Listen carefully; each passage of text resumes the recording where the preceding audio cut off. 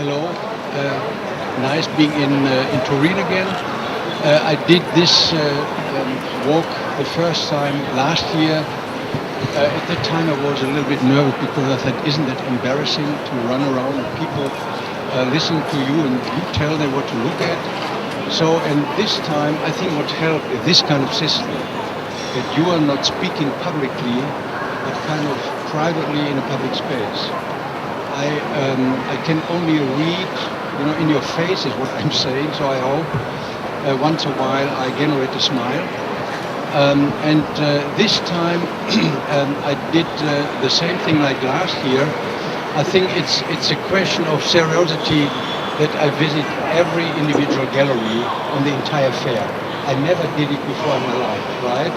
Normally you go to an art fair and it comes like you walk left and then normally you meet at least 120 ex-friends, and sometime at the first day you vaguely saw 5 galleries. So the good quality of Torino is we are here at least for 3 days. Today, the 3rd day. A lot of the gallery I visited 3 times already, and at the 3rd time I also did buy something. I will tell you, maybe I finished an acquisition even during this walk. They don't know yet, but I must really say I don't know yet either. We'll see how my mood is in half an hour.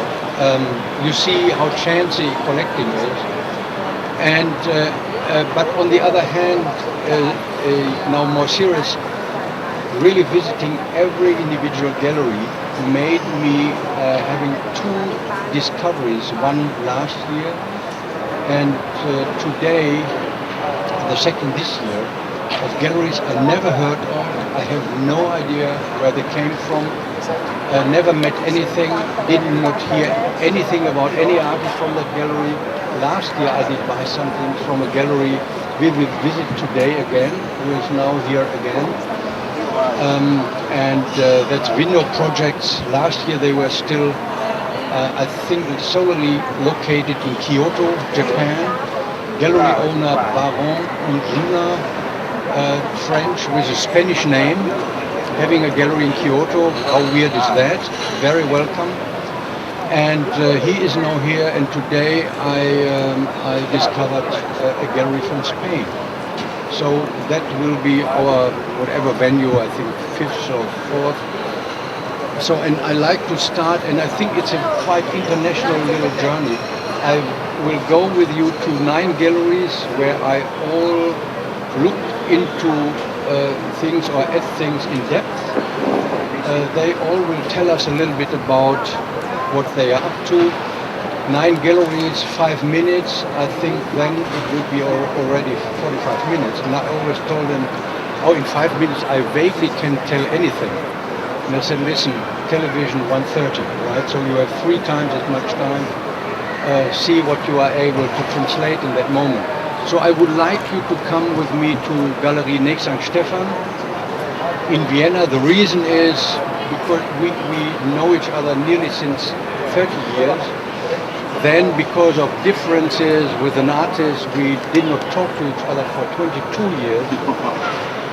Really, alpha man, hardcore, I tell you. And this year, I did buy exactly from this problem artist at this gallery an artwork again, because I always liked it. Always said, but if he wouldn't be such a jerk, and now getting older, getting more patient, I'm still loving the work in depth, and now we are good friends. So it's a nice thing if you collect like we do for 40 years. You have a second chance. This project that I did here with Neg St. Stefan is about the issue of territoriality, how we discover territories, but also how we mark them and how we define them.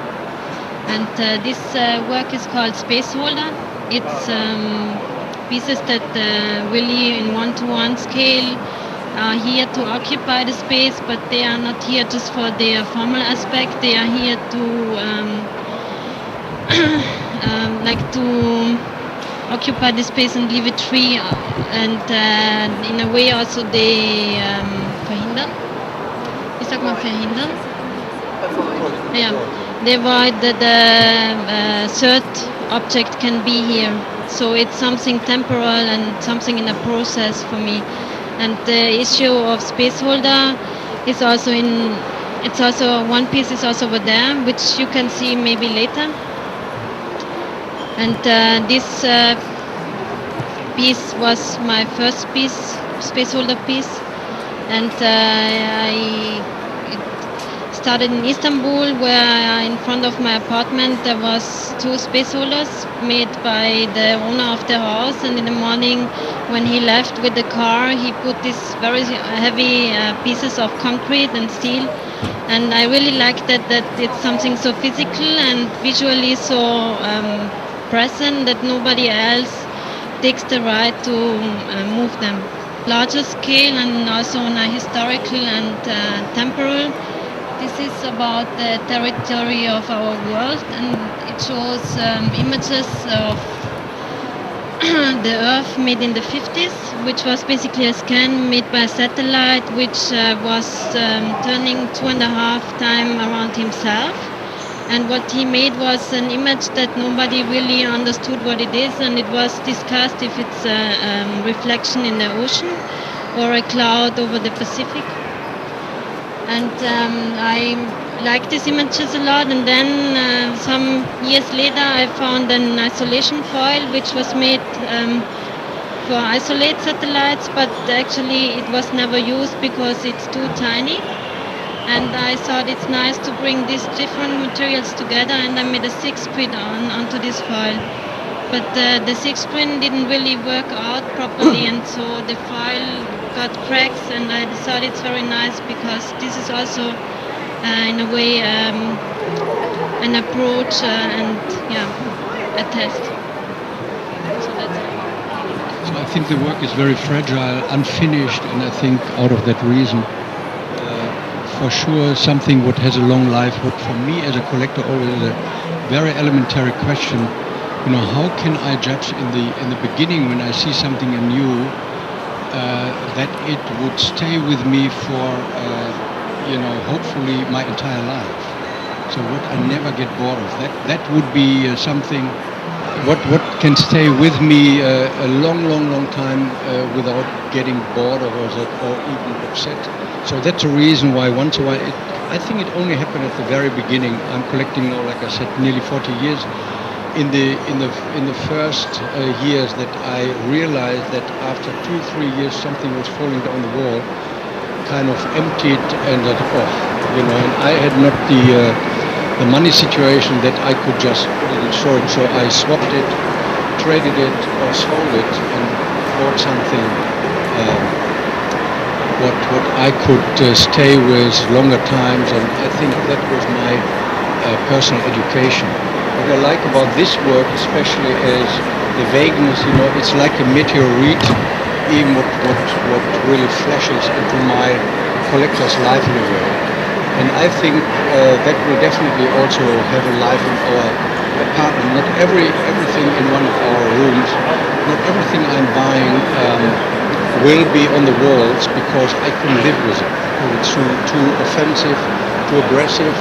And one of these examples, I think now at Gallery Foxal. Thank you very much. It was a pleasure. So Piotr Janas, a painter living in Warsaw, right? Represented by Foxal Gallery. We did buy over the years 3 paintings already. I put on hold this one. And what is interesting, what comes into my mind now, all the 3 other paintings I did buy from 3 different galleries. One from Berlin, one in Cologne, and one in Basel, and that would be then the one from the original place. No idea why that is. Maybe it's also a question: how does art find its place in Europe or in the world? So I think you have to make a great translation. Effort as a gallerist.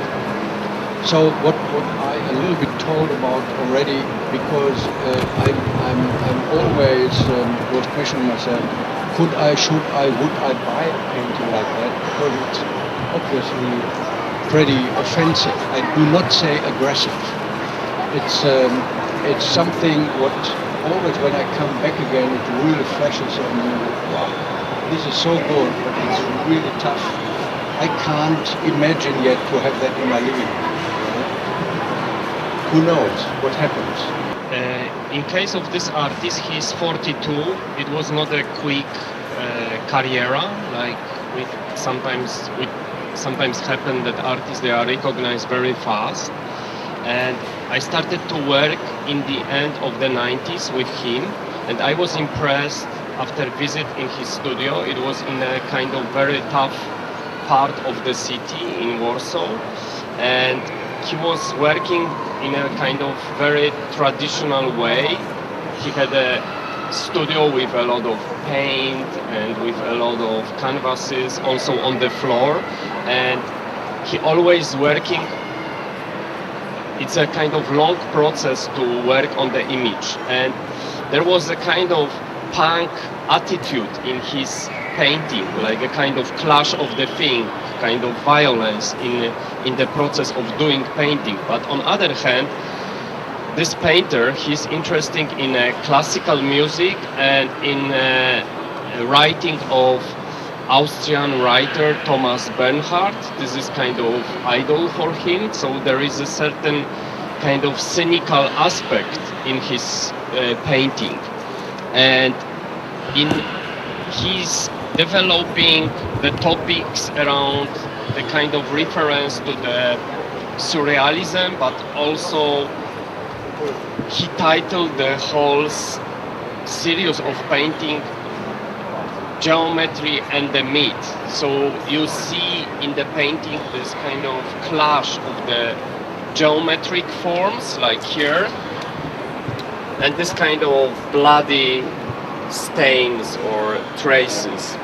But the painting is, in a lot of paintings, he started with the image, but then he put another image on the top of it. So the painting is a kind of full of different type of the paint and different type of the traces. But often there is this kind of frame, like here on the left side, that you have this kind of destabilization of the geometry when you look at it. So for me, I want to read it to make it more commodified, I guess. And I always want also that is an attack to painting as a process itself. I'm sure that's the body of painting as well, but of course it's a different issue. So I think I'm this evening I have to say yes or no. I know that, and I come back after we finish our tour. The owner is Baron Osuna, and I give over to him immediately. But at first, I tell you something what I saw in the middle of the day. Look at that shoes, right? This is the real thing, right? And I think the specialty is they were black, and she sprayed them, paint them a little bit like they are. So what should I say? Looking is enough very many times. Baron, I give back to you. You say also a little bit about your gallery, and we smiled already that 5 minutes. Maybe they have together 2 times for me. So I'm Baron Osuna. This is the second time that Mr. Schürmann invites me to explain the project. Our gallery is in Japan, but it's just a contextual element of the project. Here in Artissima, we decided to bring an artist that we shot last year. His name is L.G. Williams, estate of L.G. Williams. He's an artist, an American artist born in the 60s, and developing a very rhizomatic body of work since the late 80s. So actually he's never been working with any gallery before. So we are kind of very lucky actually as a young gallery to work with this kind of artist. because we discovered when we met him like a very large body of work of close to 600, 700 pieces that were for most of them unproduced. I have to say that his work appeared in the early 90s on the internet and has been documented by himself as an autonomous actually existence, because he never did any project in a gallery or museum or art center. He actually chose to take over the iconography of the art world to make his own work exist actually within it, using Illustrator and Photoshop. So here in Artissima we decided on the contrary to focus on another part of his practice, which is painting. And actually the body of work that we are showing here are two ensembles. This one, which is part of a series called The Professionals, and are actually based on pictures of a chairman and a board of director. So this is the kind of work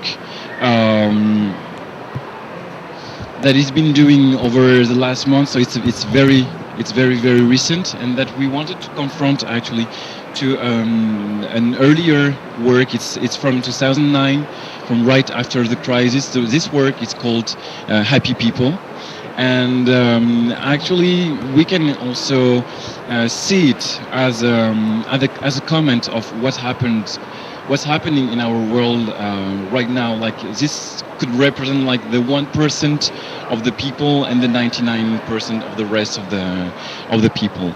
But even on formal level, I was also interested to show like how he uses iconographic items, like for example the smiley, which is something that we use, like everybody use like daily, when you send a text message to say if you're happy or not. So this is a very recognizable kind of iconographic element of our lives today, as well as this kind of portraits that are usually pictures used for the communications of financial groups. Sorry. What about the books? The books actually is something that we discovered very lately, and it's something that actually L.G. Williams has been compiling. It's very much like his own websites, and they are handmade, and this is actually something that we discovered very lately. Browsing his own website, we asked him like, what are all these books that are available on Amazon.com? And so like, it's books that I can make myself by printing them, and actually that are overviews of different levels and layers of my own work. And I have to say, so yeah, these are very vintage. They come from his own library. And there is also this part of this work that has to do with poetry. He is a spawn actually of a group of the Beat Generation in the West Coast. So actually the writing, and especially the poem, is something that is very long titles. So well, if anyone can eventually even choose she's like my chick but better. So yeah, it's like very simple and direct poetry. To finish, I would like to say that we are collaborating with Gloria Maria Gallery, and one of the reasons we are collaborating with her is, well, she's a very good friend, but the program of her gallery is revolving around artists that have to do or are connected to internet, but a generation that is coming after the NIN movement that appeared in the 90s. And we thought that it was actually very interesting and relevant to show the work of L.G. Williams within the context of her own gallery, making like even historical statements, because he's been using internet from the beginning of almost from the beginning of his work. So actually, after Artissima, we are also showing a large anthology of the work of L.G. Williams in Milano. So it was also very interesting for us to create a dialogue that could be longer. One last thing about L.G. Williams, when we discovered him, and because he never had a gallery before, he didn't have a price. His work didn't have a price. So what we decided to do with him was to actually, when the first collector was interested in his work, was to create a dialogue between the artist and the collector in order to understand why the collector was willing to purchase the work, and then at the end of the process come back to us and tell us how much he would pay actually for the work. So instead of giving a price ourselves to the work, the price came from that dialogue. And this is something that we keep active within the work of L.G. Williams, because he's a early 50s artist with a huge body of work that is completely a challenge for us, because we have to contextualize it, present it, explain it within a very wide audience. Thanks. I have a gallery in Milan. I opened the gallery in December 2009, and the main research of the gallery, as Baron introduced, is a research on artists that are working on internet. And this is a new idea of what is public art, or what can be perceived nowadays as a public art. And this is the idea of sharing. Everyone nowadays is actually living on the internet as well. We're like living on social platforms such as Facebook, Twitter, and so there is a body of artists that is also working into this direction as well. And so some of the works are actually not existing physically, but are online works. And this is like a completely idea as you put a monument in a piazza, in a city, or as the body of work that you can see in a museum as well.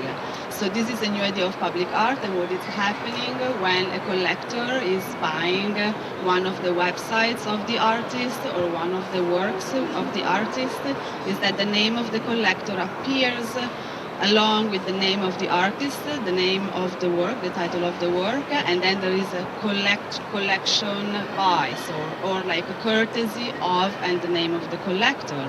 And this is the same as when you go to a museum and you see beautiful work, and then you know who is the collector who donated the work to the museum.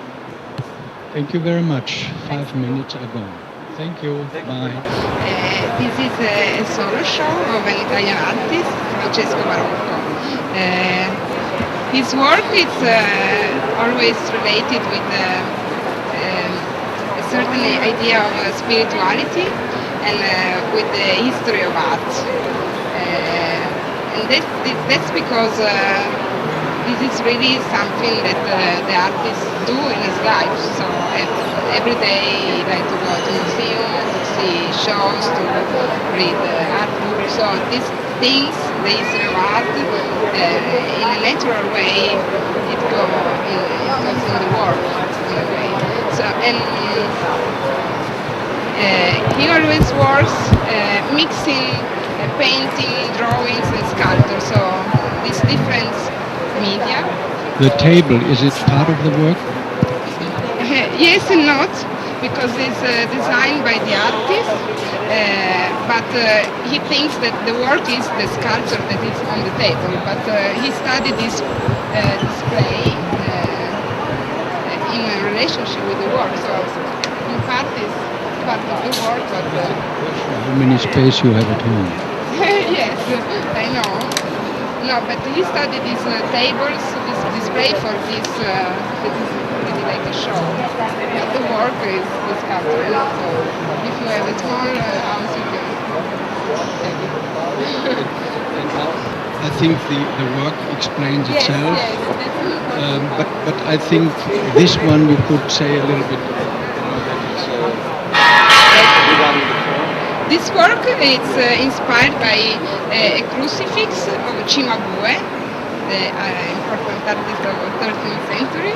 And the artist made a few years ago a work in which that it was like this but bigger, made with tables. The idea is to take the maximum symbol of the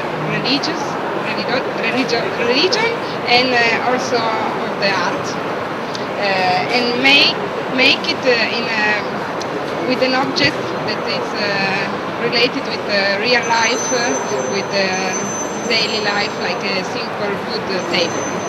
So, in doing the maquette, his intention is to create this idea of spirituality in even more close to the visitor. You can really touch it, see it all, and it reminds that the portable politic that the Flemish artists do, and the people can travel with them.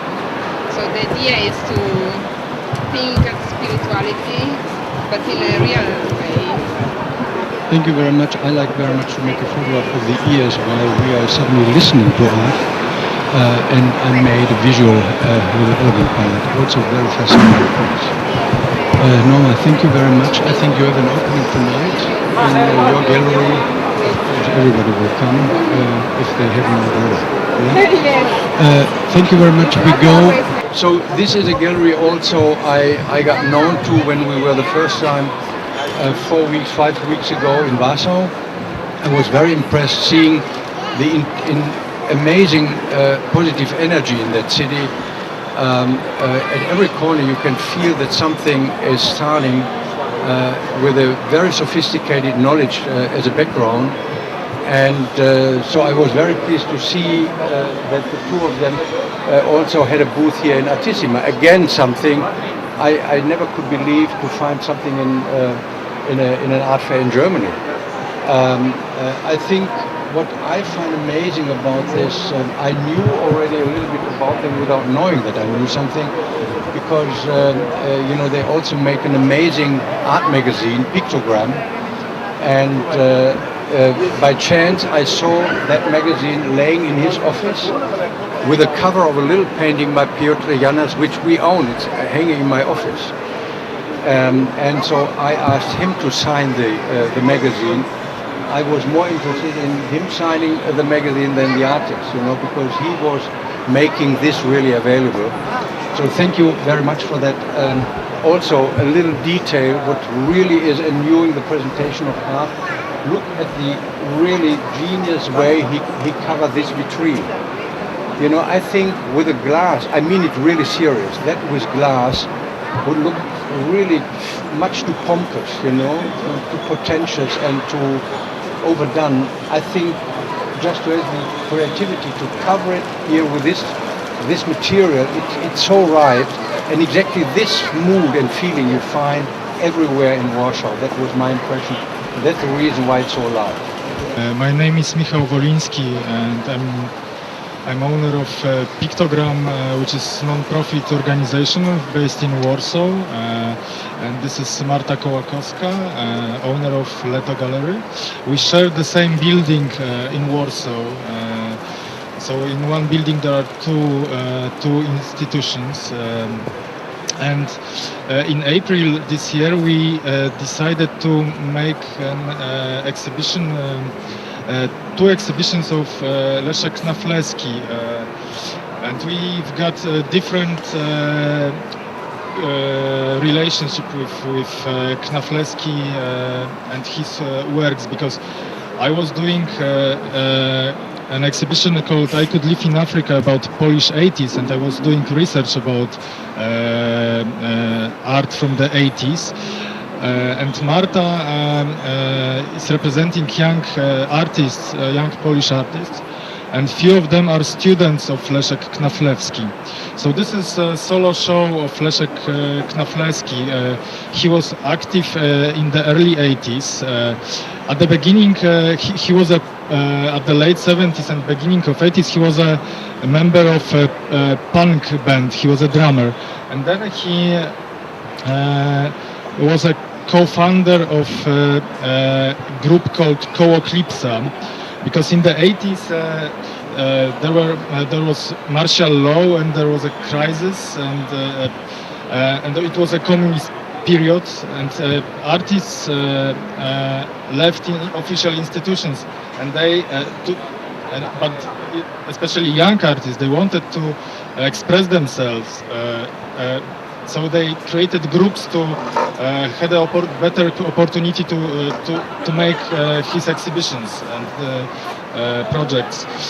So it was Collezionista was one of the most important group from the 80s. There were a few other groups like Luxus, Neue Biremienność, Gruppa, Łódź Kaliska, and others. And the point is that some of the artists now are very famous, like Mirosław Bałka from Neue Biremienność, and they were friends, Knaflecki and Collezionista with Mirosław Bałka, but they stopped to working as a group, and they were forgotten for 20 years. So now it's we're trying to show them reminds them, like it's the same with other Polish artists like Alina Szapocznikow or Edward Krasiński, for example. Especially Alina Szapocznikow, she was also forgotten for 20 or 30 years, and now has a solo show in MoMA, New York. There I remember you told us yesterday a nice story of artwork. What happened to that has nothing to do with the display here, but it's really something. What makes the difference in the moment? So shall I tell the please. story? Okay, so we were in great conversation yesterday with Wilhelm. I really like to talk to Wilhelm because it's always very inspiring, and we exchange stories. So there was one story that few students, they were nothing to do with art. They were students of I don't know, sociology or philology or whatever. They went to the Vauxhall Gallery, and they decided to buy a piece of art, but they couldn't afford for that, so they buy it collectively. A bunch of people share one piece of art, and then she found that it could be very hard to share this piece because it's only one piece. It was beautiful assemblage with umbrella by Tadeusz Kantor, very famous Polish artist. And they decided to dig a hole in the ground and to put it in the underground, and they forgot about that for 30 years. And recently they asked archaeologists, and they found this artwork again, and it's completely destroyed. So now they are trying to find money for preservation of this work, to make this work again, to back this work again to life. So it's one of the stories how collectors could be creative as artists. And we also this presentation, these works are from the 80s, from 83 until 90, and they used to make exhibitions collectively, and they usually have a meeting, find an idea for the exhibition. For example, they did an exhibition about geometry, or exhibition with works to eat made of food, and then every of them used to propose some objects. Then they used to go to their studios doing the objects, and then they collectively were making environments.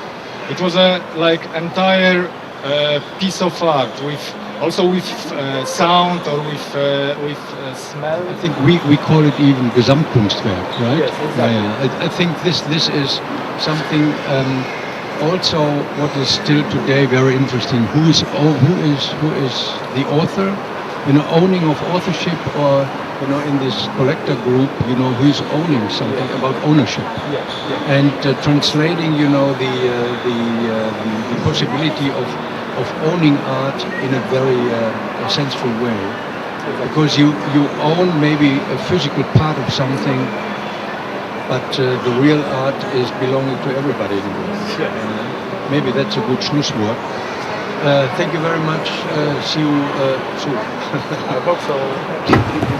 This is the gallery I really discovered today. I never heard about it, had no idea what they would show, and I discovered it because systematically I went to every place.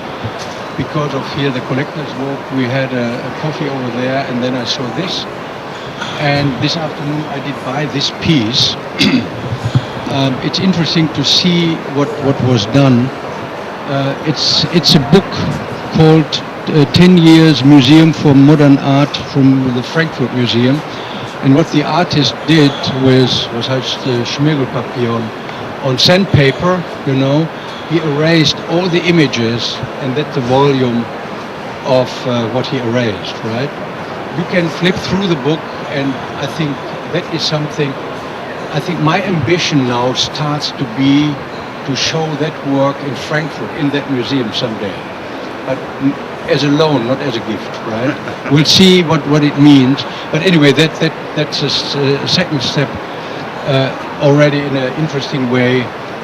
This here, it's another book, I think, from which museum was that? Yeah.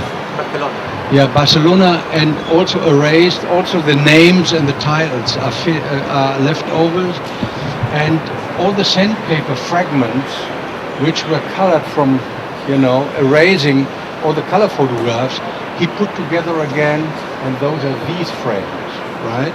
So another work with a comparable background, and as I learned, the work is from 2007. 2007. Yeah, you see. It took him a while to make it, and took him a while to sell it, right? So it's not every art is meant to be successful and having a big balloony the next month. And this is what I like about it, because I stepped into the mentality of this gallery, and again, there it was, So I think we will see each other several times in the future. Okay, I hope so. Jesus is an artist who lives in Spain, and he works in a library. So he's really into the books, and he's really an expert in editions and all that kind of stuff. But he's also rather critical with how system works, how the art system works, how museums have been collecting art all those years, and how people collect art in a way, because some people, not all the people, of course, buy art because of the name of the artist instead of the work. They wanted to buy names instead of works. Here you can see that he only left the names of the works and the depiction of the work itself, but he erased everything. And the remaining things is looks is like done on Ruski. purpose, because he loved the artist, or he hated the artist.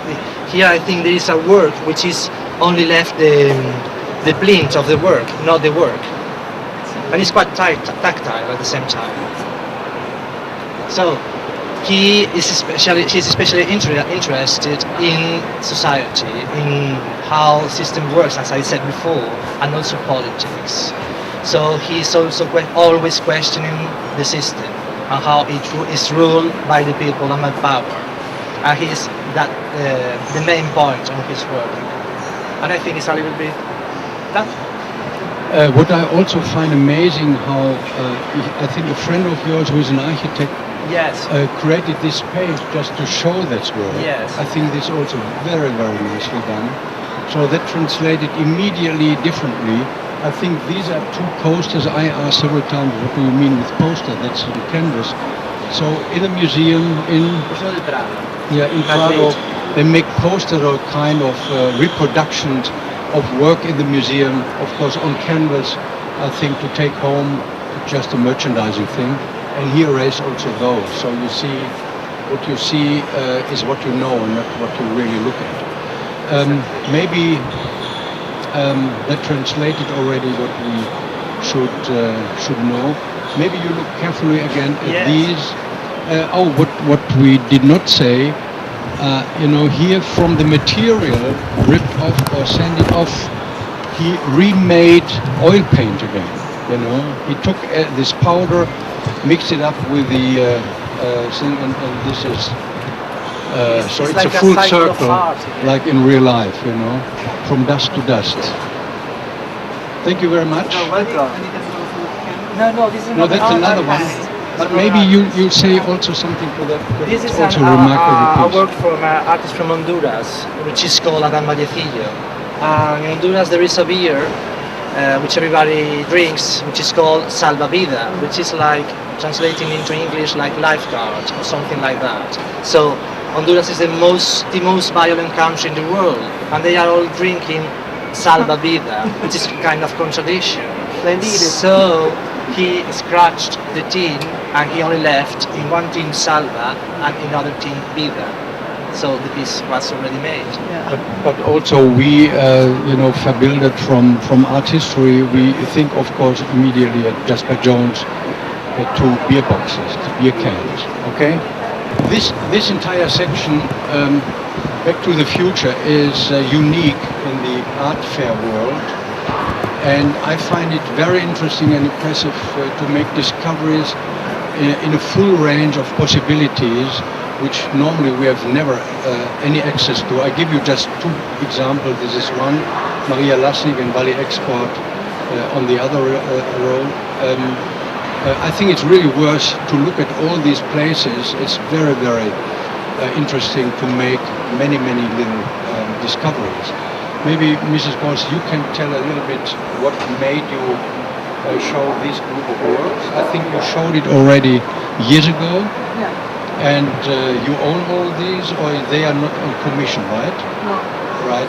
And when you own these, it makes you smile because, you see that good galleries always have a collector's heart. Exactly. And it's hard to give it away, so to give it away you have to get some kind of money, because that allows to make it a little bit less violent. So, but I think it's really amazing. I even didn't know that she did silk-screen. Where did she learn it from? Looking at Andy Warhol?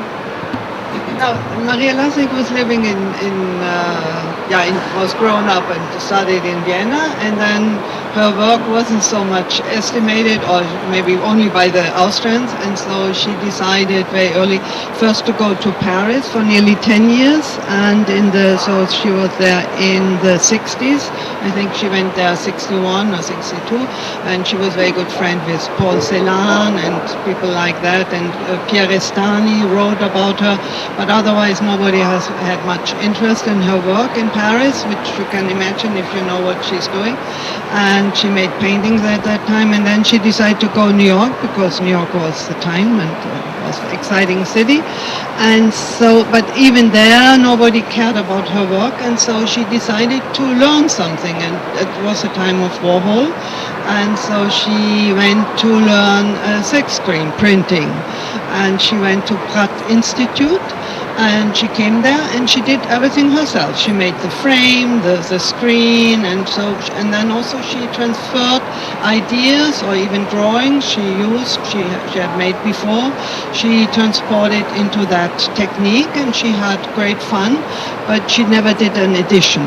They're all unique, more or less unique pieces. She did all the subject in a variation, let's say between 3 and 10. So sometimes she variated the color. Here, for example, is one color is missing, the red for the body, for the arms and legs, and here she changed the background, or here she turned around. Sometimes you have the drawing inside, here you just have a decoration, and so it's all kind of her very typical body awareness motifs, because Maria Lasnik is famous, if you don't know, she's famous for her work that she was concentrating how the body would feel in a certain situation. For example, sitting in a chair in a garden, how you would feel. So maybe, no, then she said, okay, maybe I feel like having just a triangle back, and then the rest are my legs, and so I can feel them very, normally. It's called lady plant, feeling herself as a flower or as a plant. So that's kind of, and this is mother and child. It's a little bit complicated. We don't know who is the mother, who is the child, or what it really. Maybe it's a child have a little, get a little garden, or I don't know. My final conclusion is the child is the artwork itself, probably. At the time where any woman artist, female artist already successful, if I look at the 60s, I have no person in mind, no name which I could consider. No, huh? Louise Nevinson started at that time. Maybe she was the only one. But you see it just 40 something years ago, and you have the feeling it's centuries. That women they made these things, but now they step into public possibilities, and you see how strong that work is. Our discovery with ourselves, our collection was that we realized that over the last 10 years, maybe 80% of the art we did buy was art from women. And we never were aware of that, and of course that was interesting to see why that. And I think it's very easy, the work is so fresh because this kind of topics and this voice was not in the world yet. I think in the male-dominated art world, a lot of variation of the same. The 722nd revision of modernism, you can see it every corner, look around you. And I think this voice of female art is very, very fresh, and you see it everywhere, that it's holding up. I think art history has definitely been to be rewritten. And I think next year will be a crucial year because then they will make in Stockholm, in the Moderna Museet, the retrospective of Hilma af Klint. And she discovered abstract art in 1905, 7 years before Kandinsky. And Kandinsky was me. So I think that will be interesting how that will be translated in the greater worldwide publications. Will be an interesting year to see what effect that has to a younger generation of artists. For instance, her work is already effective, as is Maria Lasnik. I could have gone also with you to a gallery with work by Karol Rama, but maybe you look for yourself at that. Very nice pieces. I think she is now 97. Maria Lasnik is 91, right? 90? 93 now. You see, then already it is again 3 years ago that I thought we should make an exhibition with the title Over 90, because I think there were 5 or 6 really outstanding women between Maria Lasnik just turned 90 and the oldest was 101. I think died last year. Louise Bourgeois died with 99. The reason is they all made excellent work in these last couple of years of their life. Amazing. So I think this U90 exhibition is overdue someday. Okay? Especially the women are very strong in the late. The men, they don't survive so long. They are dead already. So it's only a female possibility. Thank you very much. And you see that's Valley Export. The work was done in '68. And these are all the documents of this activity in the year. And you see the thing was that she built this little something in front of her chest. And those people on the street, they could touch into that and touch her nudity. And that was the performance. Called Capentaschino. It definitely was reading her text through that. I thought I would remember that the first sentence of the text was, the liberation always starts inside the dark, or into darkness, but that was wrong. It's written the seduction always starts in the dark. So you see what my subconscious made out of that. So it's very interesting. You see this guy, we have this, the official reproduced or edited photograph by her. And that was photographed from this side, and I have to see again who is the filmmaker who was at that moment. It's here, that's the guy, you know, who was in that moment really, you know, touching inside the box, and he was photographed from that guy standing here. Here's Peter Weibel with his megaphone, and the photograph shows this filmmaker, very well known in Germany, with his nose open like that, you know. So, and he was, of course, a little bit upset in a strange way over the last couple of years, because he is appearing in this photograph since 40 years like a little woman molester, you know. Because of that photograph, he smiles, and she looks at him and says, yeah, I know, you know. So that's very nice to see what she did here. What I'm not seeing anymore, because I remember that Valley Export told me that she once collected, or still collecting, you know, everything with the word export in it. You know, you can imagine that is a pretty interesting collection. So this is one from this historical part, and as a last gallery we visit a gallery from Dublin. You're all very welcome to Green on Red Gallery, and I was talking about Jared Byrne's work. We just got a nice review in the New York Times yesterday for a pop-up exhibition he's in Chinatown in New York. But I was explaining the book here by Jared, who is a lens-based photography video artist. He made this film, was commissioned to make a film in 2010 by the Glasgow International Festival of Visual Art. Because he read this text as a student, it's a famous text by Michael Fried called Art and Objecthood, about the new sculpture, new kind of, maybe not in sculpture that was, I think he talks about the expanded field. It's not necessarily object-based, or it's how it's cited often is important. Jared came back to this text because most of his work is based on text. I'll explain that a little bit more in a minute. And he made a 5-channel video work where he visits 5 texts, one of which is an interview between Bruce Glazer, famous public radio interview between Bruce Glazer, Dan Flavin, Don Judd and Frank Stella. And this was shown, this 5-channel video projection was then shown. It was filmed part in the Van Abbe Museum, so there's shots here of the Van Abbe Museum. There's a shot of Don Judd looking at his own catalogue from his own exhibition in the Van Abbe Museum back in the 60s. And then each page in the book is an actual photograph by Jared, a photograph of the text of the essay on a tabletop. So he's a very meticulous artist, very interesting artist. The work I have here in the booth, he's in a number of different booths here. There's a video work on Listen's booth, but the work I have in the booth is this shaped arrangement of 6 photographs. Again, if you know the text, if you read the text of the title, it's called East, South, Southeast, Northwest, South, Southeast, Northwest, East again, or again East. That reminds me of some of the land artists, Hamish Fulton, Richard Long and others of the 70s.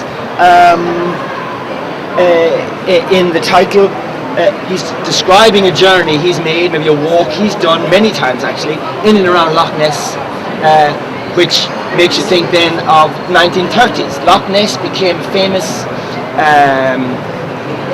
subject of the media hype in the 30s thanks to a magazine reportage. A lot of Jared's work its starting point is in magazines. We've seen an article from Art Forum magazine. Playboy magazine has provided a number of texts. One that he represented him very well in Venice in 2007 was a text he found in 1963 Playboy of a conversation between a group of 12 science fiction writers, including Arthur C. Clarke, Charles Asimov, projecting their vision of the world in 1984. And Gerard was commissioned in 05, that's in 21 years. 21 years later again, in 2005, Gerard was commissioned to make a new work. He went back to the 63 text, hired Dutch actors in Holland, set them up in Gerrit Rietveld's sculpture pavilion in Sonsbeek Park, and shoots or restages this text that would only ever existed on the pages of Playboy. So he's a very interesting kind of conceptual artist, using, as I say, photography and film. In this project, the subject is not really Loch Ness. The subject is the status of photography, of analog. In fact, he talks about analog in two senses. Analog, I suppose, versus digital, which is why you'll notice that the framing is very particular. The photographs are pinned down almost museologically in plastic corners. The photographs, some of them don't look like they're printed properly. They're kind of set within the page. In this project, which is a much larger project, it was first shown in the Castel di Rivoli in 08 during Daniel Birnbaum's Turin Triennale, was last shown in Venice Arsenale last Venice. The project consisted of a vitrine of photograms with the twigs that created the shadow that made the photogram still sitting on the photograph in the vitrine. So he's kind of looking at photography as a material thing, as an object, or even almost as a sculpture, to be seen as a sculptural object. In that show, in the Castel di Rivoli, he actually had the works framed using old frames in the storage of the museum. So he made the prints to the size of the existing frames that were available to him. Again, drawing attention to the material condition of the photograph, and also questioning what is a photograph. The very first show with me, and the first show that William saw, work that William saw with me in Cologne, he quoted Brecht, who had this wonderful line about how a photograph of Krupp's factory tells you nothing about Krupp's, the organisation, or tells you nothing about Krupp's. So he's constantly in this kind of questioning and mining this space, examining the nature of photography, so an analog versus digital. And then he also talks about a photograph as an analogy. These twigs or a bit of pipe in the water is kind of analogous to the monster. So Gerard's a very interesting artist. I can show you some images of that expanded project if you wish afterwards. I'll quickly run through some of the other artists here in the booth, because I'm going to show you the front and the back of an object here by Caroline McCarthy. That's even a nice end of our tour. I think the smallest painting in the entire art fair, right? I think probably. Painting of a matchbox. It's an oil on canvas. We have two oil on canvas works in the booth by Caroline. Caroline is a contemporary of Gerard's. I was just thinking earlier, they're both kind of interested in mixing kind of low culture and high culture. In the case of Caroline, matchsticks, straws, a plastic bag that's been punched through with holes to make this painting with plastic dots. This work is called Heaven. It's a two-part work. Beside beautiful drawing, watercolor on paper drawing of hell, made with 40 matchsticks. Every matchbox has 40 matchsticks in it. This is a painted matchbox, and I'm going to show it. It's the first time I've done this because she's installed the work. I haven't deinstalled it yet, so I hope it comes off. Oh yeah.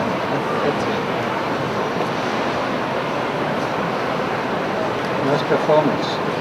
So these little paintings are ideally shown on a large space, large white wall, or on a plinth like this, like a sculpture work. Nearly there. So that's the front. She said the little writing of safety matches is the most difficult to make, and that's the back. A little stretched, oil stretched frame that you can see in the back. So I like the sense of humour in Caroline's work. I have to make photos. Thank you. Thank you very much. And you see that was a nice end, of our possibilities. I think we could go to a lot of other venues, but you see, time is running amazingly. And you see, I have no clue at the beginning. I have to ask the specialists. They tell me they tell you. So I think be never afraid to ask the wrong question, because how should we know? Thank you very much. Thank you.